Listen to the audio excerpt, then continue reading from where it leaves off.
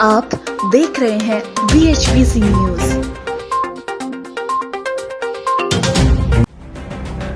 नेपाल की सत्ताधारी communist party के आंतरिक कलह के नाम पर चीन की राजदूत की सक्रियता अब लोगों की नजर में खटकने लगी है। पार्टी के विभाजन को बचाने और ओली सरकार की उम्र बढ़ाने के लिए जिस तरह से काठमांडू में रही चीन की डिप्लोमेट होऊ यांकी की राष्ट्रपति भवन से प्रधानमंत्री निवास और असंतुष्ट नेताओं से लेकर सैनिक मुख्यालय तक की भागदौड़ हो रही है, उसे नेपाल के आंतरिक मामले में विदेशी हस्तक्षेप की संज्ञा दी जा रही है। नेपाल में प्रधानमंत्री ओली के इस्तीफे पर सोमवार को भी फैसला नहीं हो सका। सोमवार को दो अहम बातें हुई।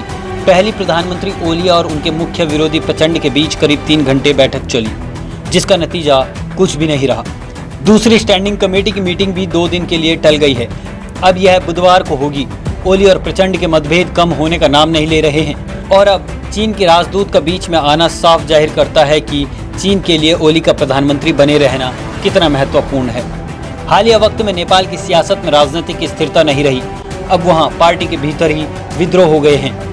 ओली पर इस्तीफे का दबाव बढ़ता जा रहा है। कुर्सी बचाने के लिए वे हर तरीके के हथकंडे अपना रहे हैं। यहाँ तक कि प्रचंड ने यह भी कहा कि ओली सत्ता में बने रहने के लिए बांग्लादेश और पाकिस्तान की तरह सेना की मदद ले रहे हैं। बता दें कि स्टैंडिंग कमेटी में कुल 40 मेंबर हैं। 30 से ज़्यादा लोग ओली का इस्तीफा चाहते हैं। स्टैंडिंग कमेटी के सदस्य चाहते हैं कि ओली बिना वक्त गंवाए इस्तीफा दे। खास बात यह भी है कि ओली न सिर्फ प्रधानमंत्री हैं बल्कि पार्टी के अध्यक्ष भी हैं। वे दोनों ही पद नहीं छोड़ना चाहते। वहीं अब अगर ओली ने इस्तीफे से इनकार किया तो पार्टी टूट जाएगी। एक गुट ओली और दूसरा प्रचंड के साथ चले जाएगा। वहीं रविवार को प्रचंड ने ओली से पार्टी अध्यक्ष पद छोड़ने को कहा ताकि सरकार बचाई जा सके। पार्टी नेता कई मुद्दों पर ओली से नाराज हैं। बता दें कि ओली कोविड-19 से निपटने में नाकाम साबित हुए। भ्रष्टाचार के आरोपों पर उन्होंने कोई कार्रवाई नहीं की। एक बेहद अहम मुद्दा भारत से भी जुड़ा है। पार्टी नेता मानते हैं कि सीमा विवाद पर उन्होंने भारत से बातचीत नहीं की। कोई भी भारत के साथ अपने रिश्ते तोड़ना नहीं चाहता है। नेपाल में अपनी कुर्सी बचाने के लिए प्रधानमंत्री केपी शर्मा ओली पूरा जोर लगा रहे हैं। चीन उनके समर्थन में दौड़ भाग कर रहा है, लेकिन नेपाल में बड़ी संख्या में मौजूद भारत समर्थक समूह अपनी परंपरागत दोस्ती की बुनियाद को कमजोर होते नहीं देखना चाहता है। अब इस पर राष्ट्रीय सुरक्षा सलाहकार अजीत डोभाल की नज़र चीन के साथ नेपाल के घटनाक्रम पर भी है।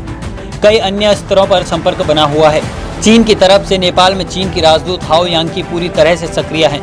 वह नेपाल में चीन के प्रति समर्थन बढ़ाने और विरोधियों को साधने की मुहिम को आगे बढ़ा रही हैं और लगातार सत्ता पक्ष के असंतुष्ट नेताओं से संपर्क कर रही हैं। साथ ही अब अजीत डोभाल ने नेपाल की स्थिति की समीक्षा के लिए कई बैठकें की है।